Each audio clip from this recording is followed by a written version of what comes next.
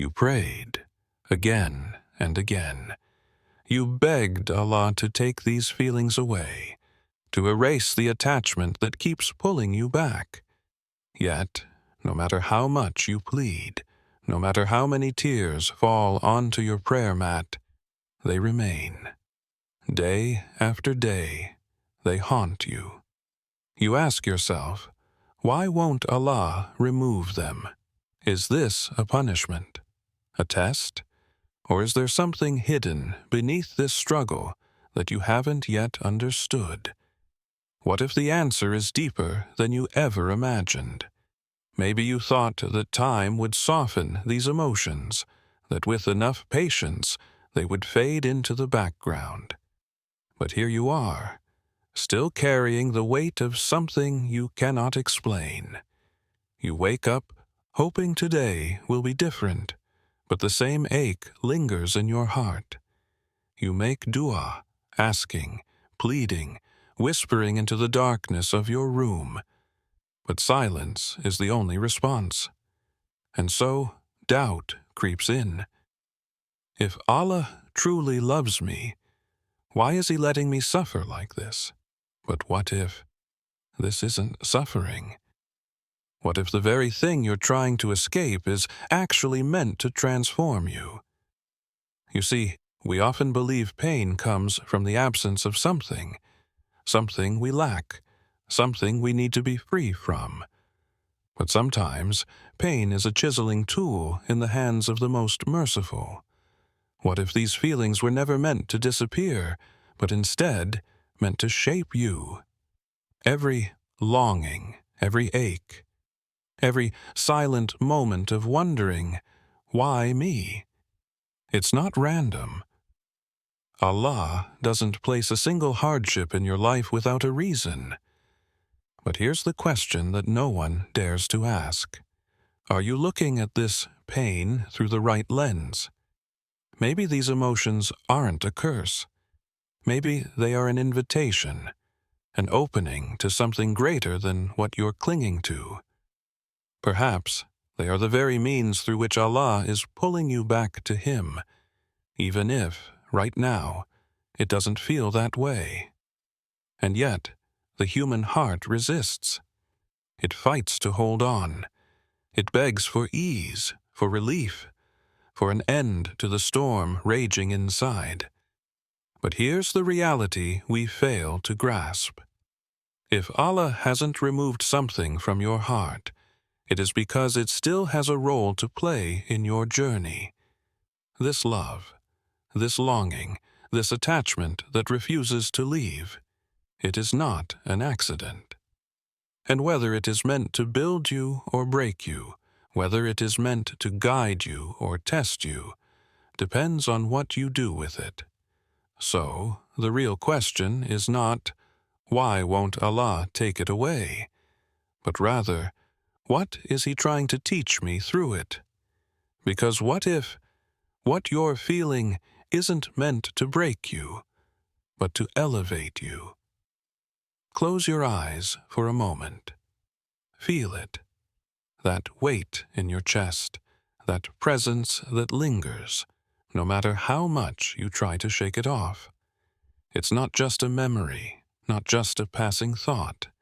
It's something deeper, something that refuses to leave. You tell yourself it's just attachment. You try to rationalize it, convince yourself that if you just distract your mind long enough, it will fade. But it doesn't. Every quiet moment, every pause in your day, there it is again, uninvited, unshaken, as if it has carved a permanent space within you. And so you wonder, why? Why does the heart hold on when everything else around you tells you to let go? Why does love persist even when it brings nothing but longing? Why does something that should have ended long ago still feel so present, so alive, so consuming? But here's a thought no one considers. What if this attachment is not a mistake? What if It is not here to hurt you, but to teach you. You see, we assume that love should be easy, that it should come and go as we please, that if we ask Allah to remove it, He will simply lift it away, like a breeze clearing the sky. But love, real love, doesn't work that way. Because love is not just a gift, it is a test that reveals the depths of your heart, the strength of your patience, the purity of your intentions. If Allah placed this person in your heart, it was not random, it was not a coincidence. And if He allows these emotions to persist, then there is something in them, something in you, that still needs to be uncovered. Perhaps this person entered your life to reflect something back at you, to show you a part of yourself that you had never seen before. Perhaps they were meant to break you, so that you could rebuild yourself stronger. Perhaps they were placed in your path to protect you from something worse, something you were too blind to recognize, but that Allah, in His infinite wisdom, already knew. And maybe, just maybe, this love, this attachment, this ache that refuses to leave, is a lesson in disguise. Because if this person has taught you how to love sincerely, how to give without expecting, how to open your heart in a way you never have before, then they have already fulfilled a purpose in your life. And if their absence made you cry, made you turn to Allah in a way you never did before, then was it really a loss, or was it a form of guidance? You see, sometimes it's not the person that matters. It's the effect they had on your soul. Some loves pull you away from Allah. Others bring you back to Him. So maybe, without this attachment, you would have never raised your hands in prayer. Maybe, without this pain, you would have never sought refuge in Him. And maybe, just maybe, this longing is not a punishment, but an invitation to surrender, to trust, to let go of what you thought you needed, and embrace the one who has always been waiting for you. Because if you truly believe that nothing happens without His permission, then even this was written for a reason. Love is powerful. It can build you or destroy you. It can be a force that lifts you towards something greater, or a chain that keeps you trapped in a cycle of endless longing. The question is, which one is yours? Not all love is the same. Some loves bring light into your life, guiding you towards righteousness, filling your heart with tranquility, making you a better person. But others consume you. They pull you away from your purpose. They make you forget yourself, forget your values, forget the one who created your heart in the first place. So be honest with yourself. What has this love done to you? Has it made you stronger, closer to Allah? Or has it weakened you, distracted you, distanced you from Him? Because love, true love, does not destroy. It does not steal your peace, your prayers, your connection with your Creator. It does not turn your nights into endless restlessness, nor does it make your worship feel empty. And yet, so many of us hold on. We tell ourselves, this is love, this is real, this is special. But is it? Or is it just an illusion, a trick of the heart that convinces you that without this person, you are incomplete? How many times have we mistaken attachment for love? How many times have we let emotions blind us to what is right? You see, there is a difference between love that frees you and love that enslaves you. The love that frees you reminds you of who you are. It strengthens your faith, brings clarity to your heart, and makes you feel whole, even when that person is not around. But the love that enslaves you, That love is dangerous. That love replaces Allah with a person, making them the center of your world, the source of your happiness, the reason for your peace or your despair. And what happens when they leave? What happens when their presence fades, when their words disappear, when their absence becomes louder than anything else? Suddenly, everything collapses. Your joy, your purpose, your reason to wake up every morning. And yet, you wonder why you feel empty, why your prayers feel heavy, why nothing in this world seems to fill the void they left behind. But the truth is, the void was never meant to be filled by them in the first place. You will be with those whom you love. These words of the Prophet, peace be upon him, are not just a reminder. They are a warning. Who you love, who you give your heart to, who you allow to occupy your thoughts and emotions, it all shapes you. So ask yourself, where is this love taking you? Towards peace or towards pain? Towards your Lord or away from Him? Because sometimes Allah doesn't remove certain feelings, not because He wants you to suffer, but because He wants you to see what this love is doing to you, to see whether it is guiding you or misleading you, to see whether you will allow it to consume you, or whether you will rise above it. And so, He lets you feel. He lets you struggle. He lets you hold on until you realize that the only love worth chasing, the only love that will never leave you broken, is the love that brings you back to Him. So look at your heart. Look at what you are holding on to. Is it a love that uplifts you, or a love that chains you? Because in the end, love is not meant to be a prison. It is meant to be a path, either towards Allah or away from Him. Which path is yours? You feel trapped. No matter how much you try to move on, no matter how many times you tell yourself that it's over, that you should be stronger, that you should let go, something keeps pulling you back. It's as if your heart refuses to listen to reason, refuses to accept reality. And so, the cycle continues. One moment, you feel like you're healing, like you're finally taking control. Then suddenly, a memory, a word, a thought, and just like that, you're back where you started. The ache, the longing, the restless nights, the whispered prayers asking Allah to remove what refuses to fade. But what if you're approaching this all wrong? You've been trying to erase these feelings, believing that if they disappear, you will finally be free. But what if the solution isn't in forgetting, but in understanding? You see, pain doesn't come without purpose. Allah does not allow a single tear to fall without reason. He has left this emotion in your heart.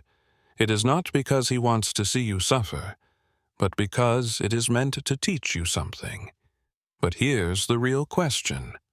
Are you listening? Most of us fight our emotions. We treat them as enemies, something to suppress, to ignore, to escape. But emotions are not the problem. It is what we do with them that matters. Love is not weakness. Attachment is not a flaw. But when love makes you forget Allah, when attachment blinds you to your own worth, that is when it becomes a test. And Allah does not test except to elevate. So maybe, instead of asking, why do I still feel this way? You should be asking, what is this feeling trying to teach me? Maybe it's teaching you patience, the ability to endure without breaking. Maybe it's teaching you trust, the ability to believe that what Allah has written for you is better than what you are holding on to. Or maybe it's teaching you surrender, the ability to let go, not because you have no choice, but because you have faith that Allah's plans are always greater than your own desires. Because here's a truth we often forget. Letting go does not mean forgetting. It does not mean erasing. It means giving back to Allah what was never yours to hold on to in the first place. You cannot force your heart to stop feeling, but you can choose what to do with those feelings. You can let them consume you, keep you trapped in a past that no longer exists, or you can turn them into something greater. Turn your pain into prayer. Turn your longing into trust. Turn your heartbreak into a bridge that takes you closer to the one who will never leave you. Because at the end of the day, the heart was never meant to belong to anyone but Him. So stop asking for the pain to disappear and start asking for the wisdom to understand why it's there. Because maybe, just maybe, this isn't about losing love. Maybe it's about finding yourself in the process. You tell yourself that time will heal this, that one day you'll wake up and it will all be gone. The memories, the longing, the silent weight pressing against your chest. But time has passed, and nothing has changed. And so, frustration creeps in. You start questioning yourself, questioning your strength, questioning Allah. Why am I still feeling this? Why won't it just go away? But maybe the problem isn't time. Maybe the problem is what you are doing with it. Because healing isn't just about waiting.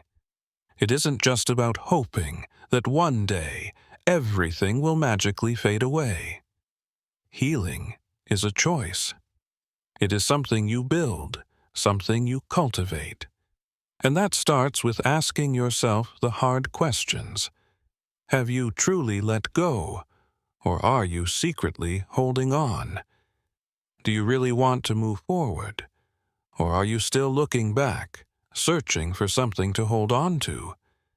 Because the truth is, we don't just suffer from what happens to us. We suffer from the meaning we attach to it. You tell yourself that this love was everything, that this person was irreplaceable, that if things had just been different, if circumstances had just been better, then maybe you wouldn't be here feeling like this. But is that true? Or is that just the illusion of the heart? Because if something was truly meant for you, it would have stayed. If Allah had written this in your qadr, nothing could have prevented it from being yours. And if it has been taken away, then no amount of longing will bring it back. This is the hardest part of the test, not just losing something, but accepting that it was never truly yours to begin with. And so, the struggle begins. The mind fights to rationalize, to find an answer to make sense of the loss. But the heart just feels. It remembers. It aches. It holds on, even when it knows it shouldn't. But what if you stopped trying to make sense of it? What if you simply surrendered? Not in defeat, not in weakness, but in trust. Because when you trust in Allah, you don't need all the answers. You don't need to understand why something happened the way it did. You just need to believe that He knows what you do not. Perhaps you hate something, and it is good for you. And perhaps you love something, and it is bad for you. And Allah knows while you do not. Quran 2:216. Let those words sink in. How many times have we cried for something that, had we received it, would have destroyed us? How many times have we clung to things that were never meant to be ours? And how many times has Allah, in His infinite mercy, saved us from ourselves, even when we thought He was taking something away? So ask yourself, what if this is not rejection, but redirection? What if this pain is not here to hurt you, but to free you? Because true freedom is not in getting what you want. True freedom is in trusting that even when you don't get what you want, you are still exactly where you are meant to be. And maybe one day, when you look back at this moment, when the dust has settled and the ache has softened, you will understand why Allah did not give you what you so desperately asked for. Maybe that day you will thank Him for the love that was never meant to stay. You stand at a crossroads, the past behind you, pulling at your heart, the future ahead, uncertain, unclear, and in between, the present moment, where you are now, torn between holding on and letting go. You've tried everything. You've prayed. You've cried. You've distracted yourself with anything that might dull the ache. But no matter how much you try, the emptiness remains. The longing lingers. It whispers to you in the quiet moments, in the spaces between your thoughts, in the seconds before sleep takes over. But what if you're searching for healing in the wrong place? You see, we spend so much time chasing closure, believing that if we could just understand why, if we could just get answers, if we could just change something, then maybe we'd finally feel peace. But what if closure isn't something you get from another person? What if closure isn't an answer, but a decision? A decision to stop waiting. A decision to stop looking back. A decision to finally accept that the past cannot be changed, but the future is still unwritten. And that future, it begins with you. It begins the moment you realize that healing isn't about forgetting, it's about rebuilding. Not rebuilding what was lost, not chasing what has already left, but rebuilding yourself. Because the truth is, no person, no relationship, no love will ever complete you. No human being has the power to fill the emptiness inside you. That emptiness, it was never meant to be filled by anyone but Allah. And the moment you understand that, truly understand it, is the moment you stop searching for love in places that were never meant to hold it. So stop waiting for someone to save you. Stop waiting for time to erase the pain. Stop waiting for a sign, for an answer, for a moment that suddenly makes everything make sense. Instead, turn your heart towards the one who never leaves, the one who never breaks his promises, the one who never lets you down. Because the love you are searching for, the love that won't abandon you, that won't betray you, that won't fade over time, is not found in people. It is found in Him. So trust Him. Trust that whatever left was never meant to stay. Trust that whatever is coming will be better than what was lost. Trust that even in this moment, even in this pain, even in this struggle, you are exactly where you are meant to be, because Allah does not make mistakes. And one day, when your heart has healed, when the lessons have been learned, when the wisdom of this moment finally reveals itself, you will look back and realize that this was never about losing love. It was about finding yourself, and in the process, finding Him. So, if this message reached your heart, if these words made you pause, reflect, or see your pain in a new way, know that it was meant for you, and know that someone else out there needs to hear it too. So share this message, subscribe, turn on the notifications, and let this be a reminder. You are not alone in this journey. And whatever you are going through right now, Allah has already written something greater for you.